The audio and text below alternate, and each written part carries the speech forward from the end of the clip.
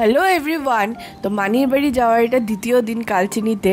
তো এখন আমরা 5জন মিলে বেরিয়ে পড়ছি হচ্ছে একটা খুব সুন্দর জায়গা দেখার জন্য। তবে আমি এই জায়গাটাতে আগেও গিয়েছিলাম, তবে অনেক বছর আগে। তো আজকে আমরা যাচ্ছি আবারও। তো রাস্তাটা দেখো কি সুন্দর, এখানে কিন্তু হাতি বের হয়। তো যেতে যেতে রাস্তার মধ্যে চাল কুমড়োর গাছ দেখে মা আর মানি দাঁড়িয়ে এখানে পাতা ছিঁড়তে শুরু করে দিয়েছিল।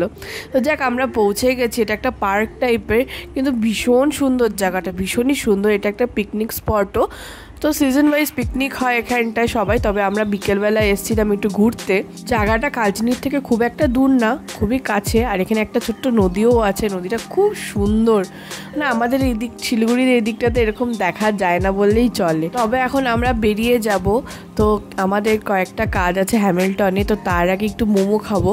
তো চলে এসেছিল ছোট্ট দোকানে। তো এখানে বসে আমাদের তো খাওয়া হয়ে গেছে, উনি খাচ্ছিল এখনো অবধি বুনু। তো ভালো লাগলে একটা লাইক করে দেখা পরে ভিডিওতে। বাই।